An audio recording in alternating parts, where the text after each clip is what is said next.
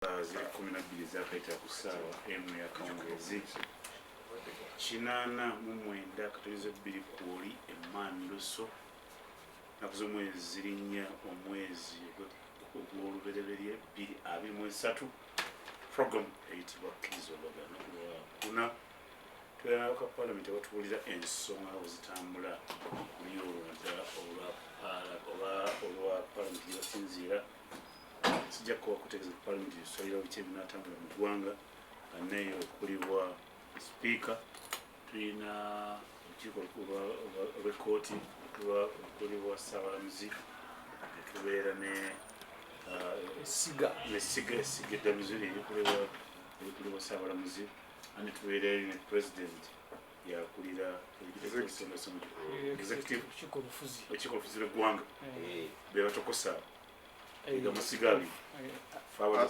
tutula mu sefreni tutula kwaga amasiga asatu eri kuliwa president bweta olukiiko olufuzi lw'eggwanga olw'amateeka olukiiko olulamuzi sigeddamuzi ekulibwa chief justice mu parliament mutuula ekulibwa speaker puliza ekisibwete bwetambula uganda n'ensenta zitambula zitona busanjo zikyo zitambula nga ensi zonna ng'ogyeko ez'abawarabu zitatera kubeera n'ebyo naye ensi zonna n'ezitabikozesa kuba ne uganda tebikozesa naye biina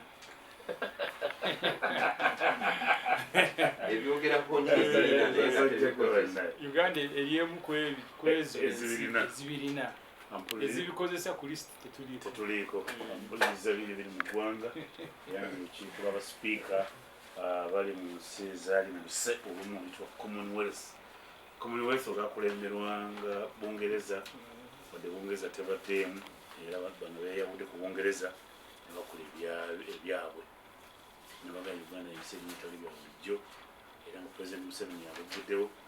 atugambye bajja kukolera ku ntoli z'abazungu mu 10 bwatunalugulawo etandise leero era nga ajja kumalira nga 23 ojja kuba mu 6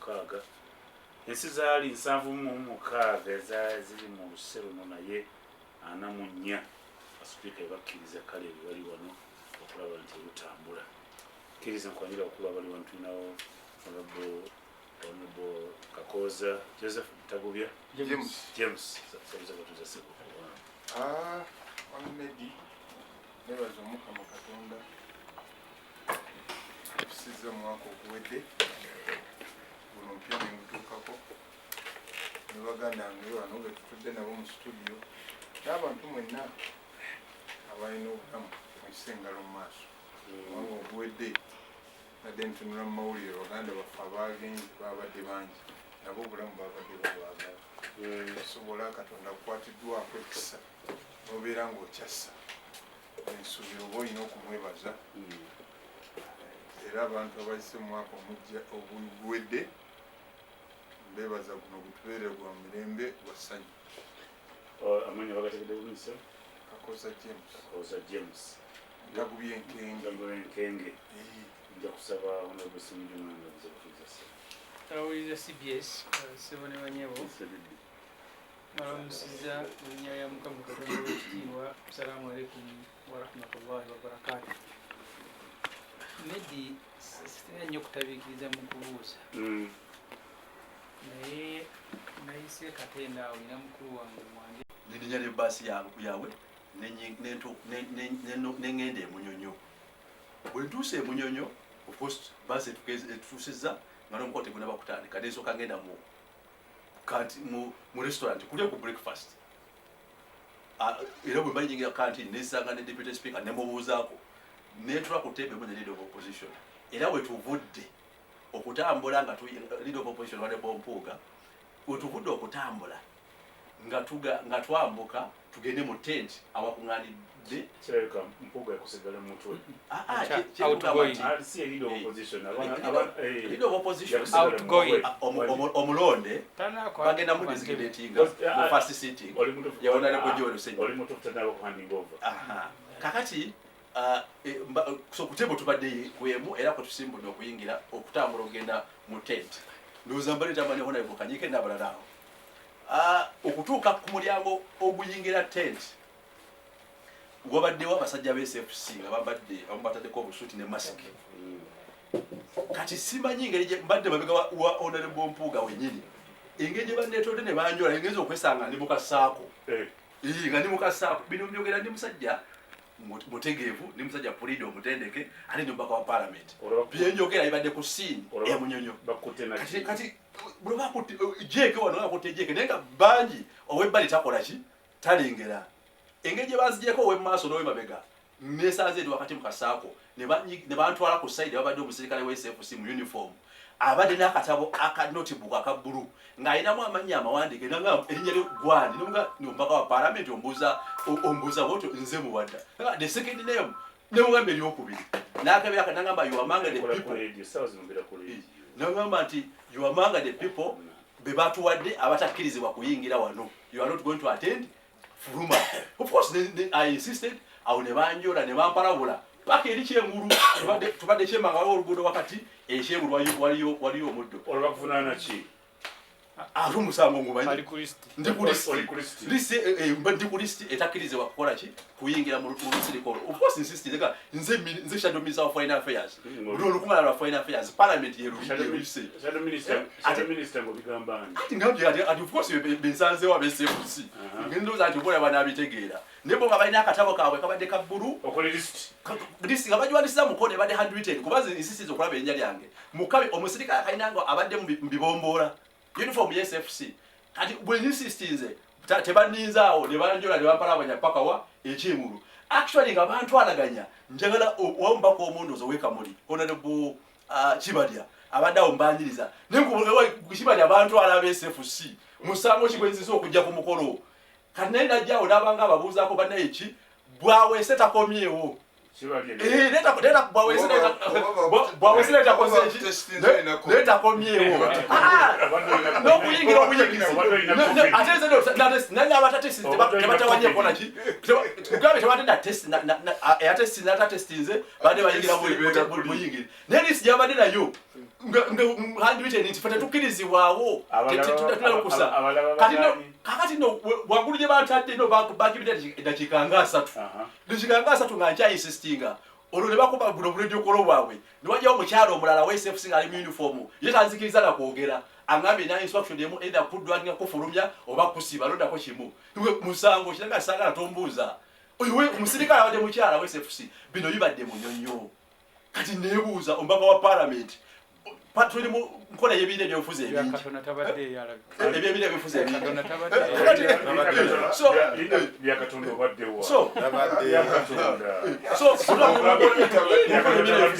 kino kiringa kipya kubanga tubadde naye era tuyingidde tambudde naye Honorable Mpuuga tubadde Honorable Kanyike naye nonkunyingi era nze naye tubadde nasigala kyamabega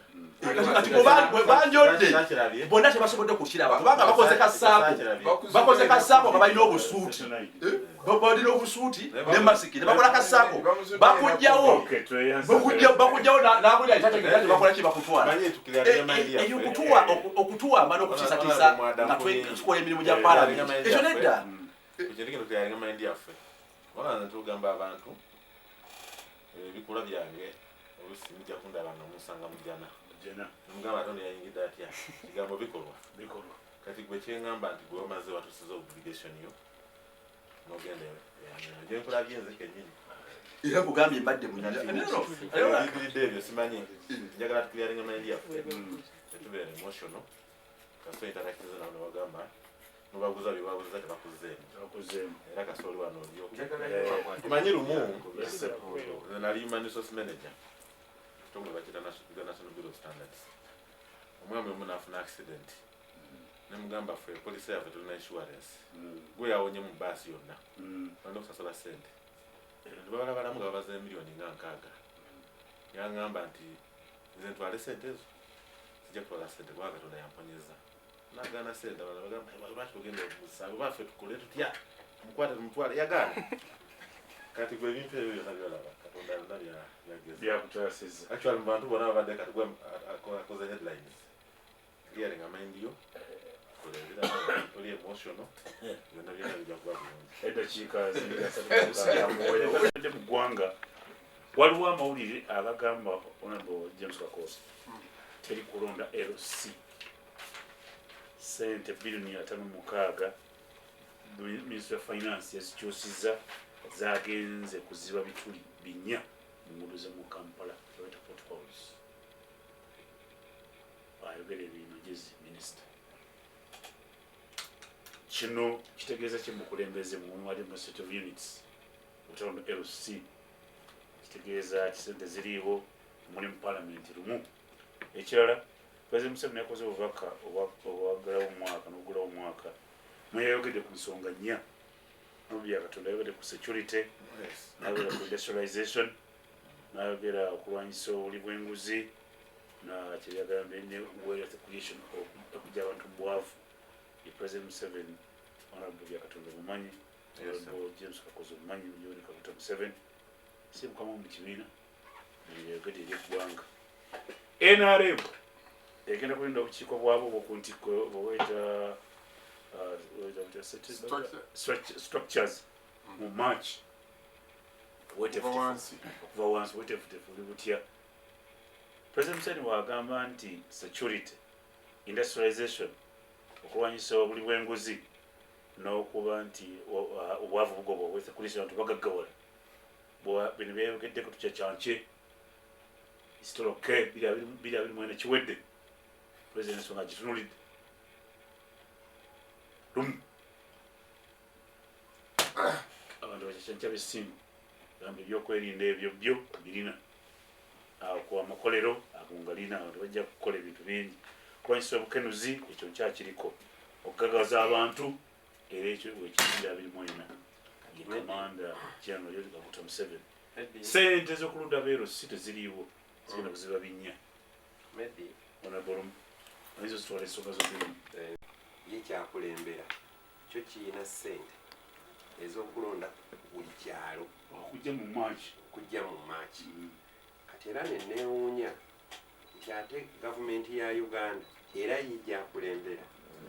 teyo teyina ssente za kulonda bakulembeze aho ku byalo. Jjukira nti buli kyalo kimu kiyina chairman wa LC1 ate nekibeera ne chairman wa LC1 wa NRM. Kati ebyo byonna binneewuunyisa. Meddi waliwo ekyali mu ggwanga wano nali nva Kenya nensanga nga President Museveni yekalakaasa mu nguudo z'omu Kampala nga abamuwerekerako bambadde obusaati obweru batandiddeko n'ebigambo nti balwanyisa obuli bw'enguzi nga batambula n'amaanyi nnyo. Ne ŋŋamba mu mutima gwe nti oba kati sikyalaba bulabi ono pulezidenti wa ggwanga oba pulezidenti wa bayimbi abamu agezaako kubaako kyakola ne baba nti awe yennyini eyekalakaasa ye pulezidenti w'eggwanga. Constitution yaffe eya Uganda ndowooza yeesinga okuwa pulezidenti w'eggwanga kumpi ndowooza mu nsi yonna obuyinza obw'enkomeredde nga n'okulwanyisa obulimu enguzi mwekuli ayina n'obuyinza obukwata. Naye olumu waliwo omukyala bamuyita Betty Namisango Kamya ye IGG yakola vidiyo zino ngeza TikTok n'agiteeka ku mukutu ng'akubiriza abantu bamuyambeko okukwata abali b'enguzi. Ne ŋŋamba nti kati ono afuuse katemba omu yekalakaasa obuyinza abulina agaanye obukozesa ne gwe babuwadde abukozesa naye abitadde ku TikTok. Kati nga ndowooza ebintu byagaana buganye kakati babuuza tuzeeko ki. Olumu n'agamba abantu nti President Museveni yeewuunya nnyo bannayuganda abeerawo ne yeebuuza n'akati mbakole ki kiki kyesibakoze ekibi kati nkibakole. Kati wawulira nga bimubuuze nandi kati kaneekalakaasi era mwattu bannayuganda olina okulaba bayimiridde ku nguudo bamulaba kakati takyalinawo kipya. Ntera nnyo ku example ng'owasiza omukazi n'alemwa okuzaala mwaka ogusooka ogw'ekkumi kakati aba aweza emyaka 4 n'akuyita n'agamba mwami wange abaana baagaana naye bwe naweza emyaka 4 mu fumbo ngenda kubazaala owabeerawo omuntu abawulira ebbali awo atandika okuga nti abali mu nju muno mwonna balina eddalu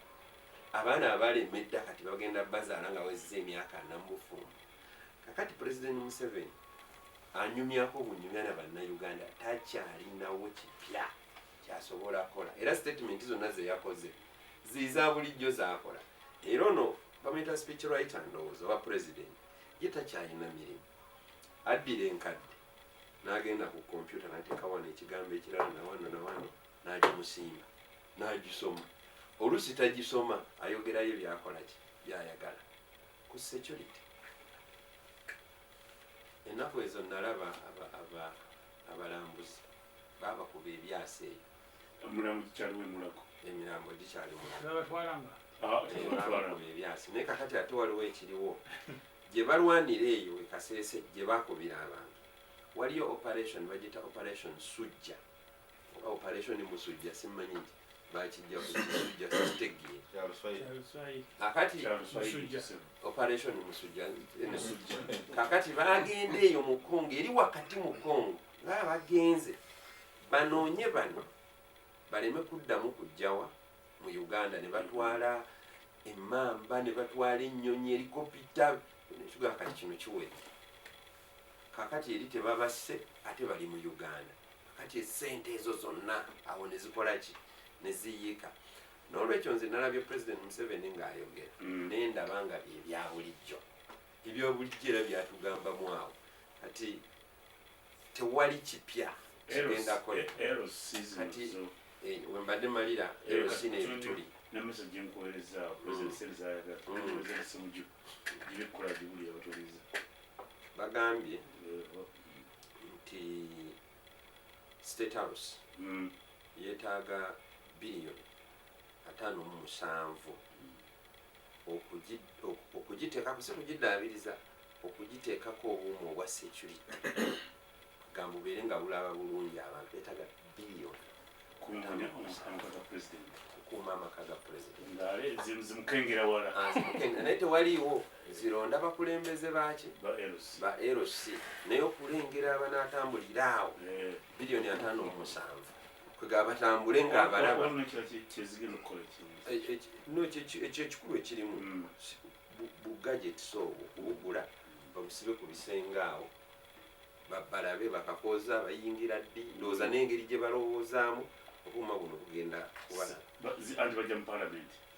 era bajja kujja naye omanyi bakakooza bo tebakatonda byakatonda bo tebalinda nakutaasi kuteesa babuuza bubuuza omukulu wayagala ki kyayagala tukomewo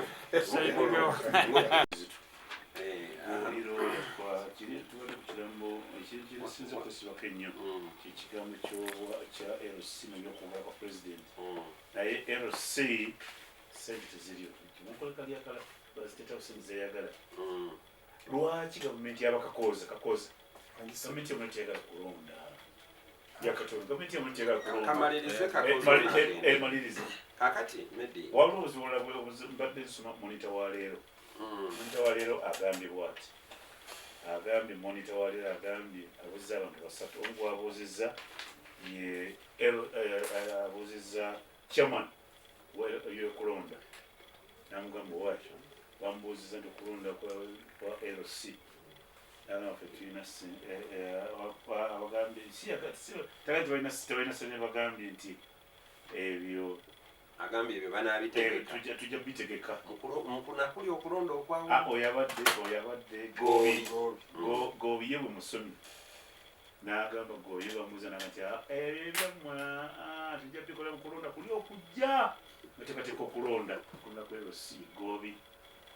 ono minisitiri yagamba nti ayongezayo ennaku 18 gwe oli looya ennaku 18 emyezi 6 gwe oli looya nono omukulu Munyonyo looya mumwomu abantu babeene malunga mikwekyo ekyamateeka etteeka ligamba ennaku 18 ono agamba chairman w'electoral commission etteeka teririiyo magezi ayadde ayogera magezi ye nga kootinga local government kati kukwate kiruwa kakati ono kati etteeka teririiyo onaga nti gavumenti y'abakakooza omulimu gwayo kwe kukola ekyo kyennyini kye bakoze kuteekawo bwongo bw'abantu kubaleetera confusion kubanga anti kati kyengezaako okutereeza regulation 2 eya local government act ekugamba banayongezaayo ennaku 18 era bazongeza ategamba nti munayongezaayo omulundi omulala ennaku 18 njagala amagezi ekyo kyabaatulaga nti eba emukkiriza okwongezaayo 18 ne18 kwega kibeere nti tutegeera wawe yajje bye yasomye era tubadde wano nga twogera tuga nti ayinza okuba yasomye bibye yakozesezza etteeka lino ye n'alivunnula kifuula nnenge naye bwengamba nga looya ekyo tekiriiyo ekyo nze njagala ajja kitukakase tekiriiyo nze kulwani sikirabayo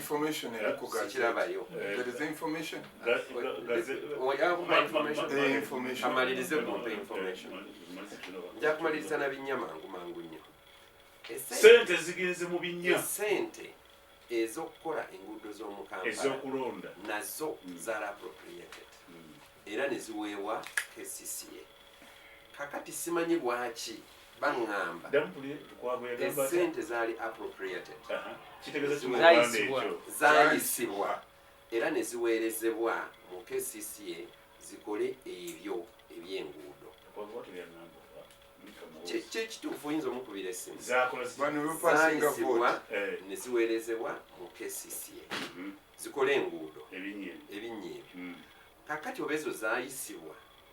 tezinnaba nakozesebwa osanga oba zikyakozesebwa lwaki baddira eziyina okukola omulimu omulala bazitwale mu mulala ekyo kwebuzaabuza nakutya bantu kansooke nakiri information gyembadde mpeereza tewali kutya kulonda kansooke mpeereza information bawuliriza kubanga tokisoma ngaowenaremu nkisoma nga bwekiri nga mu gazeti nga bwekiri bagambye the local government act cap 243 biri mu gazeti minisita wa local government agamba kyekyapa omukubibwa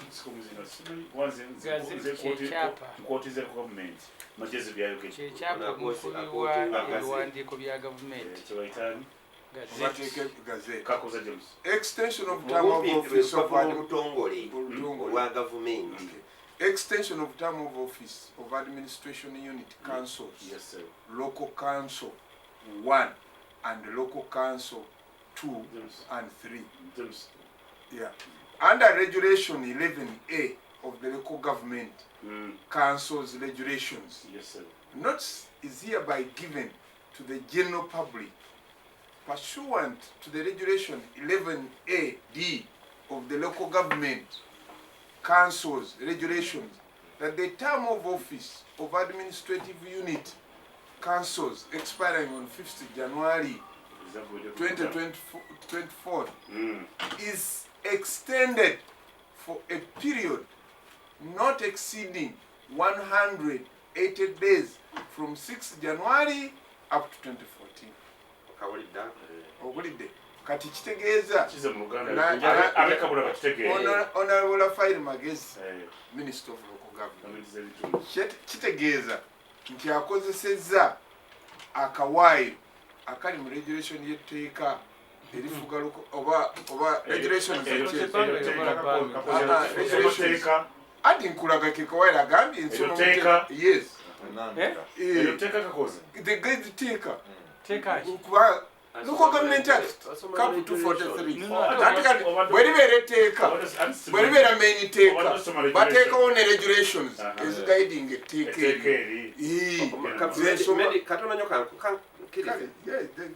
ekibuuzo kyange kye nabuuzizza kakoza akizzeemu kino kyasomye wano kyeyasoma luli minisita ng'ayongezaayo kakati nabuuzizza akkirizibwa mu mateeka okwongezaayo ennaku endala 18 kati eyo debate ekyo kirala naye nze nkulaze muyemu yayise kyentegeeza nti kati abalina dispute ku kino gavumenti kyeyayisizza kooti we ziri Ffe twagala koti, ffe twagala abantu bagala kulonda babakuuma. Kati ye minisita wa local government obuyinza bwamuwe. Chairman w'ebyokulonda agambye nti chairman w'ebyokulonda nawuli wa ssente gobi n'agamba ebyo bya mwaka guli nga tuli mu kulonda oyo wa byansimbi ate yalina ate yanaziwaanti bano be balina okuziisa baziisa oba mwaziisa kati balina okudda public finance management act ebakkiriza bano okudda ne babuza okwa appropriation vote nga bateeka ssente nezikozesebwa omubuuze nti baba baappropriatinga ssente zino obuyinza bujja kubanga public finance management act section 14 ne 15 bano baappropriatinga ssente bw'oba ozikyusa ku eyo vote omala kudda mu parliament n'oweebwa olukusa kazino ze bakyusa ozijja oba bazikyuse nze simanyi oba bakyuse naye bano bamala okuteeka magezi yayogedde naga nti ssente bazitugyewo zigenda kukola binnya ani yabakkiriza exactly kati bano mu parliament kati public finance management act bano bamala okuappropriatinga teeka lirikyusa ssente no kasita bano bamala okuappropriatinga ssente ababaka ba parliament ne bazigaba ku chief accounting zigenda kukola kino bano bayiddayo okubuuza chief accounting officer talina buyinza kukyusa ssente ezo nga tamaze kuweebwa lukusa mu parliament naye ng'okulonda nze ndowooza nti temukutya tetukutyako ki ate oyita mu byatika by'eccupa naye ate ebyendeku oba mukalu ka president ate mukana kerosi first of all njaga okugatta na kino kyoga nti ffe twetegese kubanga constitution yaffe etugaa buli myaka nga wasigadde emyaka 2 muddayo okutereeza obukiiko mu kibiina ng'ekyaffe kinaremu okutereeza structures ezo tugende okwetegeka 2026 nga bwe nakisoze okwogera ano mwami medical bayogedde guno omwaka gwakwatula era bw'otaayatule mu 2024 n'osigala mu masaŋŋanzira nga honorable Muganda bwe yagambye this year n'abaana ababaka bagenda kubeera ku tension y'amaanyi kubanga basigadde abali mwaka kunkuna bw'oba tokoze decision nti ogenda kwesimba obwedde kuba structures eno mbwe neetandika nupu naye neetandika FDC naye neetandika kati bw'oba tokoze decision ogenda kujja bwannamunyigiza of course okudda mu bya muganange lumu byayogedde always speeches z'aba president zonna ne babeera mu America globally zibeera n'amasigaana political assurance security economic performance kirimu economic ekirala social infrastructure ne new technologies z'obufunyi advancement ezo the best bakiyita pest mu good governance and cooperative governance kyawandiikibwa Jerry bakisomesa management at the university era buli mu president yena watuuka olina okwashuwalinga ba Ugandans nti please ensi eteredde abantu balina emirembe okola kye baagala tusuula ennanga president commander in chief tusuula ennanga commander in chief yagambye ebyokwerinda ate pokina kulembedde ng'oguza Masaka commander in chief amaze okuga nti ebintu 2 biri clear wabeerawo era ebiita ekiro naye kale yamaze okukwashuwalinga nti abaaye bino nankubadde tulina obumulumulu naye mutereera entembe economic performance yayegedde ekigambo nange kyezikiriza naye nti worldwide performance z'ensi for research gyetwakoze mu East African Community nti ebintu bye twali tulowoozaamu ebya agriculture ebintu ebisinga okuweereza abantu emirimu n'obugagga those are industries and professional services kubanga bw'ofunira industries eyasomye ezakatondebwawo kuva 2086 n'emirimu egiweereddemu abantu 89,000 ate nga public service yonna bw'ogigatta abasirikale abakola mu gavumenti bo bali stagnant bali 45,000 naye baga nti industries ezikirietingiddwa ne professional service akagabira abantu 89,000 eyo njewulo nnene okiraba kyenzikiriza naye nti ne bwe tubanaaba nga twagala tuteekwa okugenda mu byamakolero tuteekwa okugenda professional services abantu basobole okubeera nti bafuna kye bakola ekiyingiza esente tujje mu baavu era ewali n'ekyokulaba naga nti oyinza okubeera n'eyika 2 owulira obeera n'eyika 2 n'olima kasooli omwaka season 2 ofuna mu miliyoni naye bw'oba olina yika 10 n'olima kasooli wa yika 10 oba oli mu biliyoni 4 anti kati yagagade bw'aba ali mu kamasho ne muganda wange namala yalimye kasooli yika 15 era yabadde apapwenalima naye costin put gyoteekamu noga nti bw'olima ku sikeelu ennyingi ennene ofuna naye bw'okozesa entono weesanga okoze eki ofiiridde nze gusa ensonga nti okulonda kwa LC temukutya sente zakyuse zigeze kuzibabinya ekyo sikimanyi oba kituufu oba si kituufu naye ababaka ba palamenti abali mu national abantu abali mu national parliament today be bakwatibwako budget balina okubuuza ddala bwe kiba nga kituufu chief accounting officer alina penalty tegyafuna okukyusa sente nga palamenti temuwadde lukusa okwogera kwa president enya bwe zibeera era abeera kuwa difference ne bwogenda mu America nga Biden ayogera ku performance y'ensi agamba security tugitandika bweti economic performance eri bweti social infrastructure tutuuse wano technologies empya zetwetaaga zezino well there is no way kati the world nga tofunye new technology and you will perform better olaba kati online banking services zezeyongera oteeka okubeera ne fiber entuufu eziconnecting okubeera nti abantu bafuna services ezimala the new technologies bwe ziri abantu kati emirimu bagikolera computer sula ennanga kuwesuubi saagala werali ate mu byamakolero mu bwavu ogwo gwokka tebakulimba mwami Medi fe abawezezza emyaka era balabye ku bino buli muntu ekiri mu Bible kituufu nti bwobwavu nsolo bwoterwa nakubukola ki okulya buli muntu ateekebwa amagezi agalaba nti alina omulimu okukola okuyingiza sente kubanga bwe tutuuse era abagenda mu kalulu ka 2026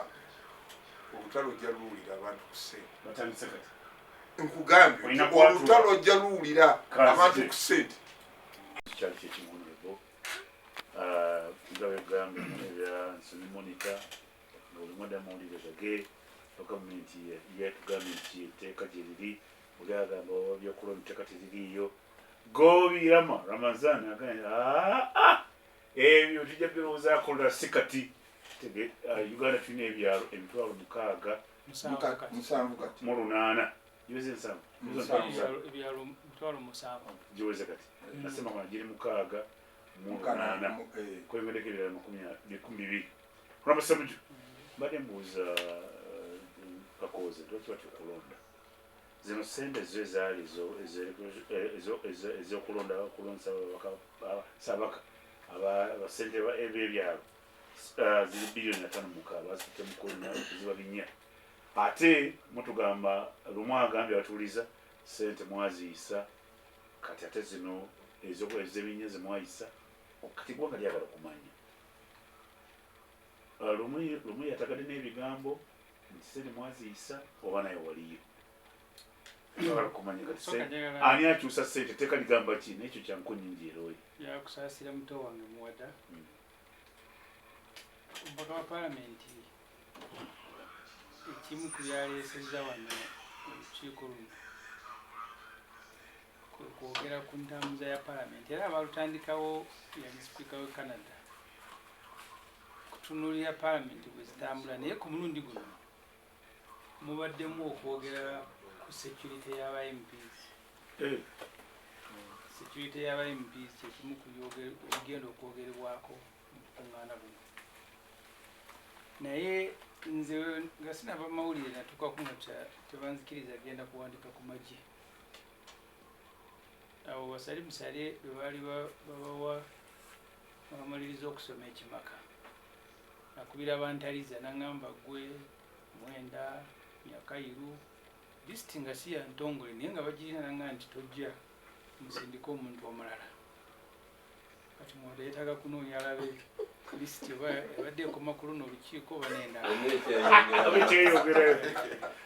wala nze sigenda wali Museveni nakyenenya mutima guwakikkiriza bakujjako essimu kati buli abatwalidde mu baasi balinga abaana b'essomero ne bakwasamya wonna ne covid test ate Museveni ne mukyala we baagala covid kubanga bukyanga bajja mu bukulembeze oza nti tebalwalangako naye olubwala ne balangirira nange njina covid simanyi ba covid yabawomeddeko ki Museveni nga yanyonyola eggwanga kati ne mukyala wange ayina balinganga abanyumirwa obunyumira tebalwalangako kintu kirala tubuulira omusujja gulumye nnyo abantu bw'olaba omuntu atagala bw'aba sifa abasiraamu takirizibwa kunywa mwenge kyosooka okulowoolezaawo nti alabika nooza atamidde kujja kumaga nti alina obulwadde oba ekintu ekirala omwaka guno Museveni mu butongole yawezezza emyaka 79 omwaka ogujja aba aweza 8 mu butongole nyongerako ekyo kuba yaga atamanyi lwe bamuzaala muto wange akimukiza yagendako mu kooti n'agamba mubale amannyo tulabe emyaka Museveni gy'alina akimu musango ne gumusinga naye nga yaga nti omuntu okuba mu tteeka lya Uganda okwesimbawo nga tebanalikyusa ate okuba ng'oyeza emyaka 18 ate nga tosukka 75 kati akimu ng'agamba nti naye agamba nti tamanyi lwe bamuzaala tumubale amannyo kooti n'egaana mu butongole Museveni omwaka ogujja aweza emyaka 8 mulimu ebintu omuntu byatandika okukola n'otunulira n'ababikola n'omanya nti kati atandise obafaanana Museveni tiyakolanga nnyo pati niyo omwaka ogenza okuggwako ku 79 kwakubidde ne mukyala w'embaga ne bagenda entunga mmo ne badigidde bamulaba Museveni n'akanyuga ebigere n'asala amazina anti kugamba nti mulimu ebintu bakita kusomba muziki nakusota nasota omuziki kyo nkiyize nasota omuziki ku 79 mu butongole yali yebaza Katonda nga tabikolangako mu buyinza akamala emyaka 37 Museveni eyakomyawo Museveni mulimu ebintu byeyagayanga tayagala kumubbulamu masomero tayagala kumubbulamu nguudo era toyinayo kuuli omanyi nti eribaliyitayo weri Museveni sirinya eriyita nyakaita ibanda abamumu bwetyoge nti ebintu byeyali agaya kakati yabadde omugenyi omukulu nga batongoza ekiwumbe ebyo yabigayanga ekibumbe kye nagamukuza omulimu mulungi bannange mutendewo ne ku kibumbe kati ebyo byebikulaga omuntu kwegamba atagala nga te olinze kumuunyako manye nti atamidde kyokka nga kyekibulayo tonamusemberera nti Museveni yagayanga kumutuuma amannya amasomero okweteeka ku ssente nanga yeewunya bobote era toyinaayo olupapula lwa ssente lwali lufulumya ebiseera bya Museveni nga kuliko omutwe gwe nga wekwabeerangako ezobote yasanyukidde ekibumbe nakyetoolwa nakitunula nagamba mwebale omulimu gwemukoze mukulu nnyo kakati ntandikidde eyo Medi ntandikidde eyo kujjukiza lwe wayina General Lieutenant General Henry Tumukunde wano olyoka omuleetera ebizibu yakugamba nti abakulembeze be bakaddiwa n'akuwa ekyokulabirako Malawi Kazamira yali akulembera Malawi Bakiri no Kabuzi Banda yakaddiwa eggwanga naye tamanya nti kati si yafuga naye nga girlfriend we Kazamira ne muganda we bebafuga Mugabe agenzi kumujjako n'okufa nga mukyala we Grace Ntombizidwa yafuga wagamba nti oyo bamukwate nga bamukwata Cecilia Kazamira nga yakulembera eggwanga Malawi kati obuzibu bwe tuyina bino byolaba bateekawo ebibumbe Museveni n'asanyuka ne bamukolera pate n'asomba omuziki okuta kusoma muziki n'asotta omuziki bikulaga eggwanga weeriri bino okulonda byolajana nabyo olwaleero byolajana nabyo point zeyogedde mu kulonda bino byebikulu ebizinyonyola kati Museveni ow'ensanvu ayingira 8 bino tebikyali bikulu kati kusota muziki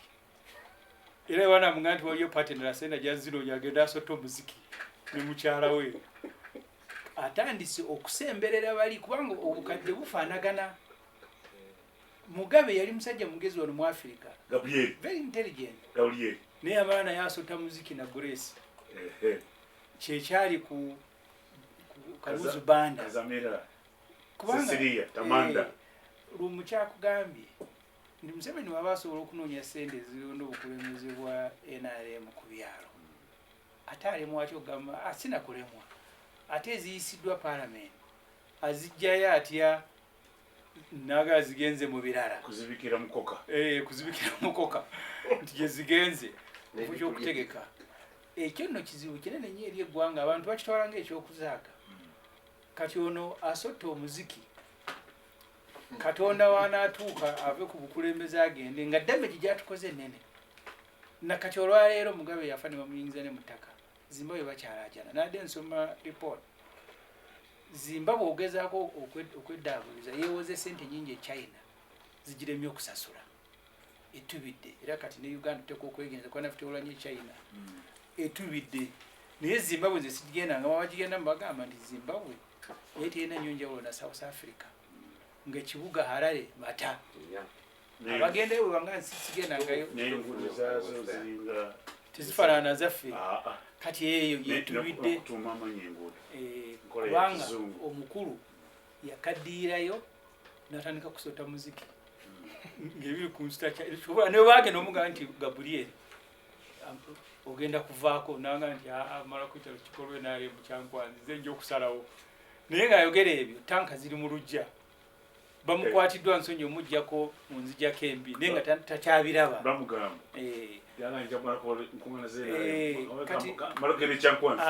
kati Museveni nze wenalaba Museveni ng'ali ku ggaali asibyeko ebisanja naga nti agenze mu lusuku kati agenze kuyigiriza abantu kukola nemanya president kati kuba abajjajja batandika okubikola ebyo ne bajjajja ffe babikola nze jjajja ng'asi yatuuka okufa ng'alembeka amazzi ne mu bucupa bwa obusaanikira bw'obudomola nabo n'abulembeka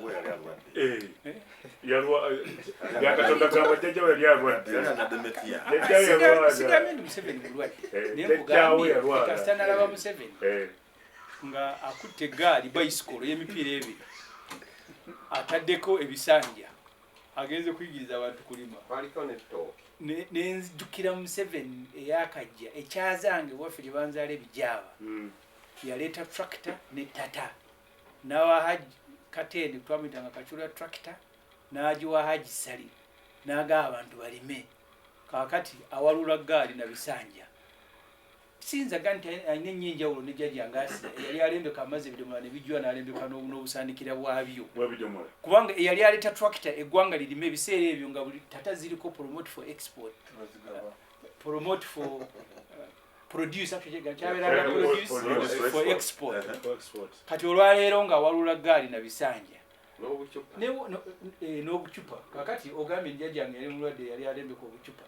Museveni yalina kacupa n'akateekamu amazzi n'akateekamu oluwagi nekatonya n'akateeka ku kitoke n'aga nti kali kikikuzi kyenkugambye nti waliwo emyaka bwegituuka yabikolera no kumpi ne constituency yange kakati bwe yamalanga okuteekako akacupa n'ayimirira wali akalabe n'akalengera n'amala waawe essaawa emu alaba akacupa oba katono kati kyekizibu Uganda kyerinda ng'ejjajja ng'asiya yatuuka Katonda agenda omukowoola ng'ewaka tulembekera amazzi ebidomola ne bijjula n'alembeka n'obusaanikira bw'ebidomola President Museveni agambye wealth creation kwogera ku kwotugambye industrialization yasiba ebisanja ku ggaali ow'omwaka n'ekyasa kya industrialization bwamana akwata n'akacupa ka minota n'akawumulamu ekituli n'oluwagi n'akasiba ku kitooke kakati tolinaawo njyawo kyenkugambye talinaawo njawulo yali mulamu omuntu kasitaakula ffe mu busiraamu katonda atugamba nti wamanno amirunu nakisuhu omuntu kasitaamuwa obuwangaazi akuzzaayo nakendeeza ku ndaba ye ey'ebintu eyagaba tractor kati awalula sanja kati akutte busaanike bwa minowota n'abuwumulamu ekituli n'abuwumulamu ekituli n'oluwagi lw'eggaali n'agamba nti kakati point 4 wealth creation ate mpulidde kakoza kyange nti kakoza nali buli lunaku neeyongera okutegera kakoza ndi lwaki awagira NRM mu kwogera kwa Museveni singa yabadde ayogera kuyita bibuuzo ne mu kiraasi mwali badde balina muzza mabega n'ogamba nti tulina industry kanaana asigambye industry kanaana President yaga tulina industry nti ziwadde abantu emirimu abantu emitwalo 8 oyina abantu miliyoni 45 population obungi bw'abantu n'ojaganya nti kuba emitwalo 8 giyina emirimu abantu abasinga bw'olina mu Uganda olwaleero bali mu bya bulimi era eyo gy'olina okujaganya nakugambye nti twetwogera ku byobulimi Pakistan buli mwaka ebeera ne mango festival e Dubai etundayo emiyembe mango gya miliyoni za $10 mango emiyembe muwano ogende Kampala ku street n'ogula enanansi 6 omutwalo gumu mwaba okulidde mu bibuga temumanyi ffe twalima enanansi ebijaba enanansi zisala zino engalo zino zifuuka ng'ebikalakampa by'ebyennyanja ne zikusala buli wamu n'omala ozirima n'ojja ku street e Kampala ne bakuwa enanansi 6 ate oyo ye musuubuzi kati omulimu bamuwa sente mmeka 13 so kyenkugambye ekiri medi zira ebyangu lwaleero bwentyo byenyo biwunzika nti okusooka tutunuulire omuntu atagala bwe tuba tumuteebereza kunywa omwenge tuba tusigadde kumuwunyako kakasente atagala mwenge bwe guba si mwenge tumanye nti mulwadde yetaaga kutwala mu ddwaliro pulezidenti w'eggwanga kasita batuuka mu eyo embeera ey'okwegagaasa mukamugabe bakugamba yatuuka ekiseera nga shopping agikola bweru kyekyali ne wano ku muliraano e Congo nga bakyaliwo mu Buttuse Seseko naye yatuukako nga mukyala we agenda Bufalansa okukola shopping kati olwaleero mukyakugambye mukyala wa Museveni yagenda batereyo obuuma balengera abantu nga batudde mu ntebe bakoya abantu okutuuka waka nga tebabalabye tekeyo obuuma teekayo obuuma tubalengerera eri ng'asalawo yajjayo tajja kujja kati tutuuse waba Buttuse Seseko tutuuse waba Mugabe tutuuse waba Kamuzu Banda Kazimira Cecilia Kamanda eggwanga waliwo natandika nkugamba nti abakadde abaali bakolima bo abatakolimira ku Museveni babaaki kati ffe tugende byakatonda webale nnyo Medina bakkiriza leero honorable Ssemujja tuyisiza wala nnyo mbagala kwogera bibi omanyi lumu manyi nno mukisana kulira mu kyalo era mu kyalo eyo kumwendakena namuna nali RC1 embeera RC2 embeera RC3 eby'East Council ne bijja fa batandika Students Council fa batandika kati manyi bingi olumu omusajja omugagga ku kyalo yajja n'abaana be bawumuleko kati babaana bali bamanyi nti amata gava mu firiji batuuka nga balaba nti bagikama abaana baazira amata ne bagavwako kati twagala tulabe nti tutegeera ensonga gyetuliko ensonga gyetuliko nange nkiraba nti at least manyi excitement ebeera mu LC okulonda era abantu bamagamba nti ndowooza ono kyamani akoze bwati naye kyenjagala ogamba nti ekyo tujja omanyi kati omutima gwagala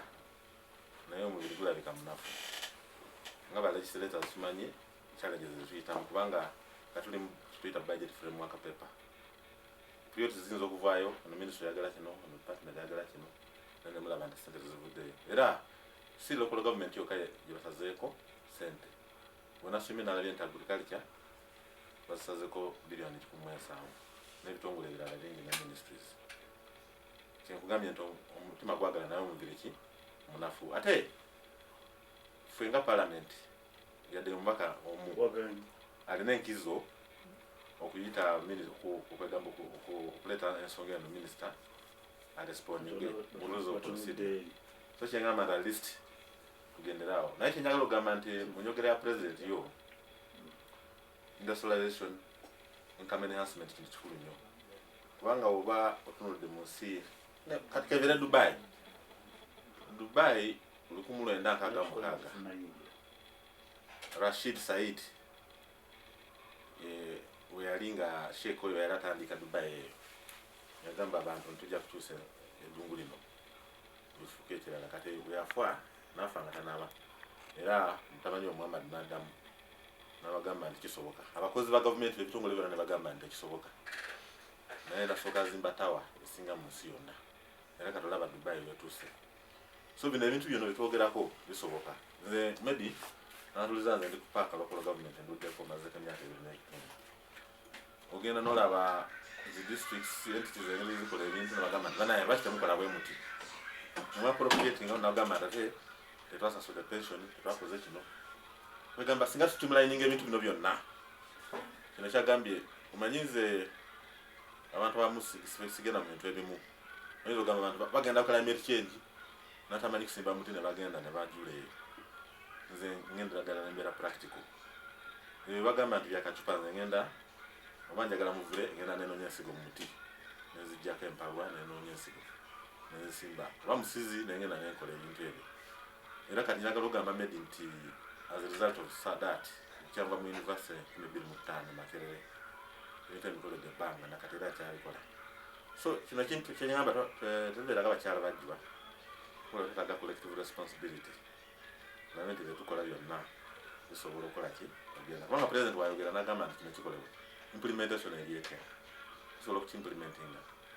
omutonda gwe tulina medi n'abawuliza n'abapanalisa abali wano abantu abasinga badde nnyo classroom theory ebintu ebitali practical ebitakoleka ebitasoboka bikwate naye singa tugenze practical netukola ebintu bino bibadde bisoboka nze juzi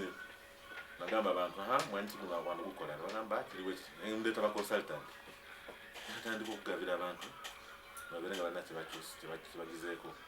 kyenasalawo okuva ku olwo njagala nnyo okolagana institutions okibanga obwakabaka bujja kolagana nange obakyabazinga bukolagana nange kubanga nange medino ndi mukulu wa kika so kyetwagala tubeera objective otunangeera objective ujja kuvaayo nameta at least tukola nze buli kaseera honorable Madamu Kunyingi wabanga alina idea ezimba njagala ngende naye honorable Semuju wabanga alina idea gyensobola omufunako ngende naye enkola eyo eya mwoyo gwa ggwanga eyaseruganda engenda okiyamba wano tebalaba nti at least kibi nnyo bulaba nti at least ekikoleddwa ku honorable Madamu Kunyingi kubanga nabadde naye nemugamba bana bikoze bulungi tubeere wamu ekyo kibi naye omuntu omugumu okusomoza kubeerawo kunzi olimu ku babaka abamaanyi by the way olaba ng'ennume ng'ekuze ekulira bigwo ekitegeeza nti alesi ogradate nze obadde mu headlines oiveeko tekudaivatinga ku kintu kyoliko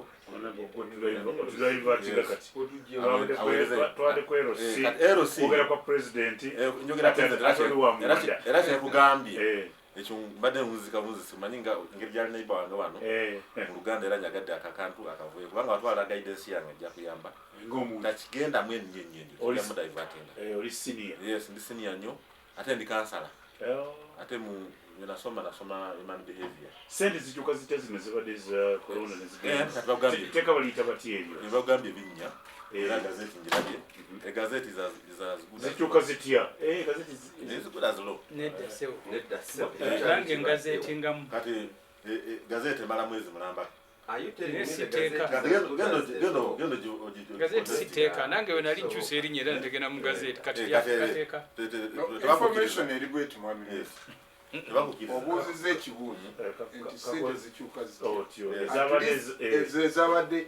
ezakulonda etteeka zigenda kuziba mukoka etteeka Public Finance Management Act tekkiriza sente zimaze okwapropriatinga mu budget n'ozikyusa n'ozitwala ku kirala nga tokomyewo mu parliament kulaga nti sente ze mwaappropriating nga temumpadde zikoze chief accounting officer abeera ne penalty ey'okubeera nti akyusizza essente ze bamuwa okukola ebirala. Era kimedi kyeŋŋambye tulina enkizo mu rules of procedure okuguza minisita tubuulire kyabadde kitya era gyakireeta under rule 40 rule 41 rules of prime minister byonna jakuba nga tufuna answers naye nga kyeŋŋambye nti alisi yo gazeti ekola ki weeri yonna girabye nako era eri wano ng'ekyusa ekintu ekyo okulaba na lisi naye nga kyenkugambye ekyo ekimu ndowooza bakizosinza bwe nalaba nti omutima gwagala naye omubiri munafu nnyo era yonna gavumenti ebeera ne priorities kino kiriwo ekitwagala ABCD kya security mwamirumu ajja kunjulira mu Africa babagamba ensi ezipendiza nnyo ku security ndowooza Uganda teriimu bakubala immigration ku kyoyina tebakubala bungi bwa sente ate yakugambye Uganda y'emu ku nsi eyakutaano mu Africa ezikulaakulana mu economy ku speed eyawaggulu era obimanyi naye twagala kumanya obuzibu bwe tulina bwa Katonda kati nze mutabani wange Shuraim akula nnyo okumusinga niye musinga emyaka tagenda kumusanga kati ensi ezolaba zoga ezikulakulana ziri bubi nnyo ku kibava olaba Nigeria ena economy ya billioni za dola 6 naye population bali bameka gwoyina billioni 4 atogamba oliwa kutaano mu Africa adukana nnyo list yani ya information list yani ya jikoze one of the African countries ensi za Africa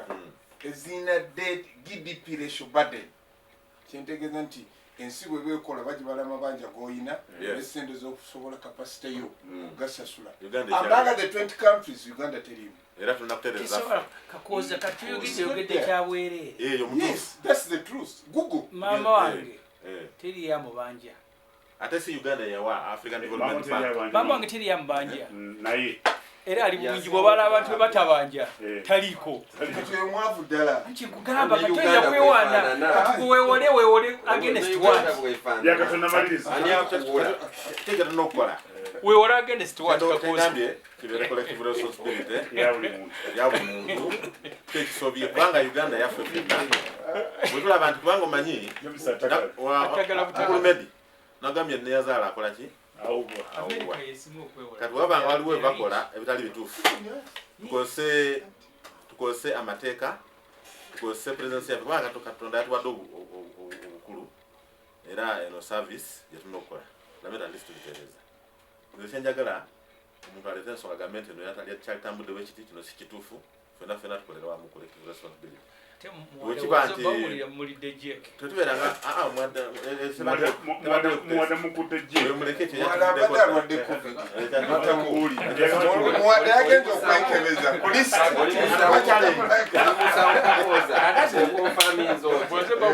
tono nnyo ku bintu byetulabye wano mukulu honorable mwada ate muwada ina kyatayo nawunzika mwabenale tubeere objective sente muzifunye zigenda kulonda obukiiko bwonna Uganda yetayina kati obukiiko bwo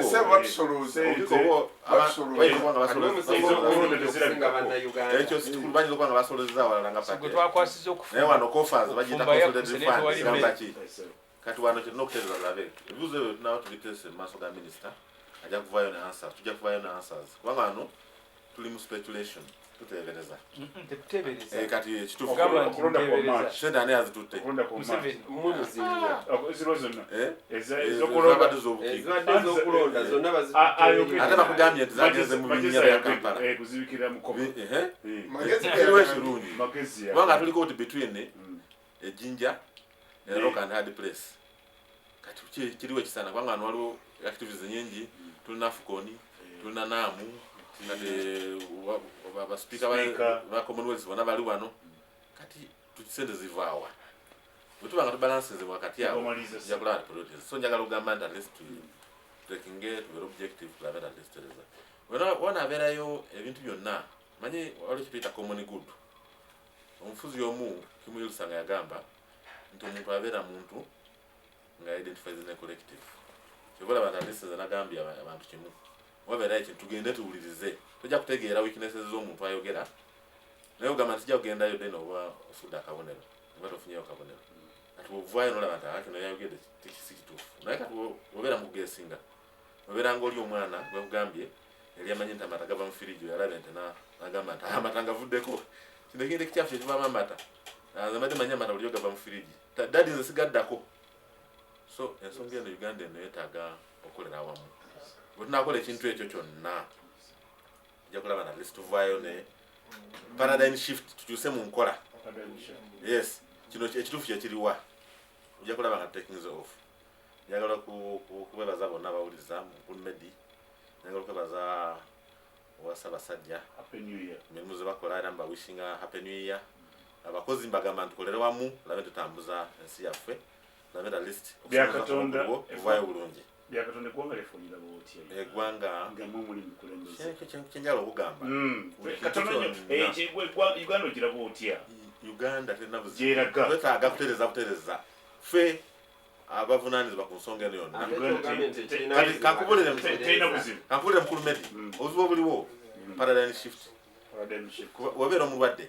ekirwadde kiriwa kyoli kyoyagala okutaasa ddagala ki erikola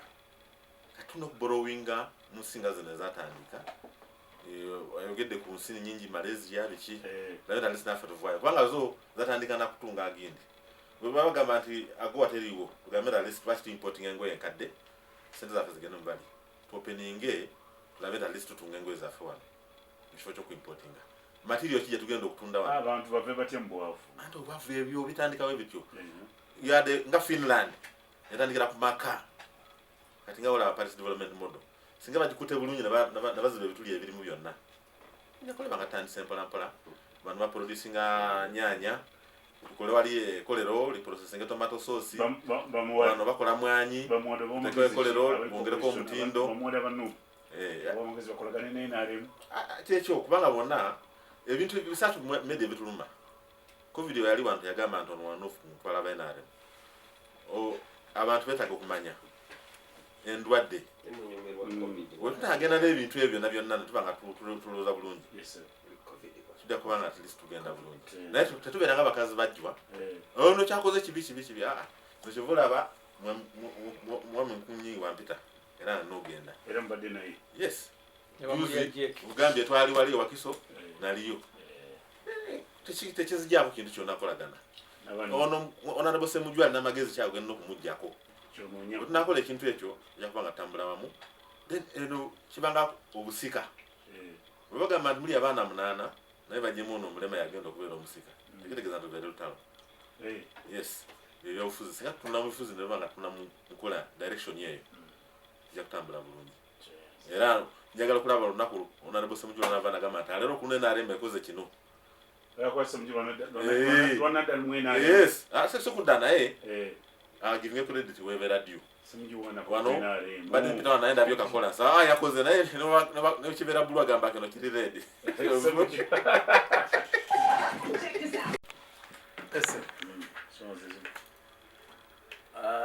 mpuliriza bulungi ebirowoozo by'abakoligi bonna nendowooza njagula ebya honorable Semujwali ne honorable Lumu ekisookera ddala kansooke ku tteeka eryogerwako ebyokulonda bwetunira local government act etteeka nga werirambika Kakoza abadde asoma gazette n'agiggumiza nnyo n'ebyakatonda nti yeeraga nti olwo ekikolebwa minisita kyekituufu era nti lyetteeka njagala muzzaayo nti kyebayita gazette ekyo kyapa omuntu yenna alina kyateekamu oba kituufu oba kikyamu kasita asasula ssente asobola okifulumya mu kyapa nga bw'oli osobola okulanga akalango mu mawulire newankubadde nga mu mbaga y'amateeka we gaba galagira nti etteeka oba ensonga yonna erangibwa mu kyapa era mulina okugikola ki okugiteeka kati kibuzo kiba kiriwo nti ekyo kyakolebwa mu nkola ntuufu bw'otunulira etteeka erya Local Government Act nga we liri regulations zinakolebwa nga zigoberera era nga zikwatagana n'etteeka ate era zinakwatagana n'etteeka era nga likwatagana ne ssemateeka giyite constitution. Bw'otunulira obukiiko buno obw'ebyalo obwogerwako ekisooka extension yakolebwa era yabongezebwako eyasooka yo yennyini yakolebwa bweru waki w'amateeka. Ndowooza ne petitions kyaliyo nnyingi mu kkooti kweyo ka extension okwongerezebwayo abagenda mu kkooti ensonga zaabwe tezinaba kukola ki kusalibwawo kuba sisitemu yaffe ya kkooti oluusi ekola ki etwala akabanga naye nga lwaki yawawaabibwa nti bagenda okugamba nti bongezaayo ekisooka nga kiri ekisanja kikoze eki kiweddeko kati ebibuuzo ne bisigalawo tosobola kwongezaayo ate kiweddeko kyalina kukolebwa nga tekinnaba kukola ki kuggwayo yeyo contestation enkulu eri mu kwongezaayo okwasooka mpola nkunyingi ona tosobola kwongezaayo osobola okwongezaayo singa ekisanja ekitanaggwako naye tosobola kwongezaayo kwaka kabanga kakkirizibwa mu tteeka lya local government ng'osomeddwamu ne ssemateeka waffe naye ekyakolebwa ekyasookera ddala wano okwongezaayo zennaku ezasooka eziri mu kuggwako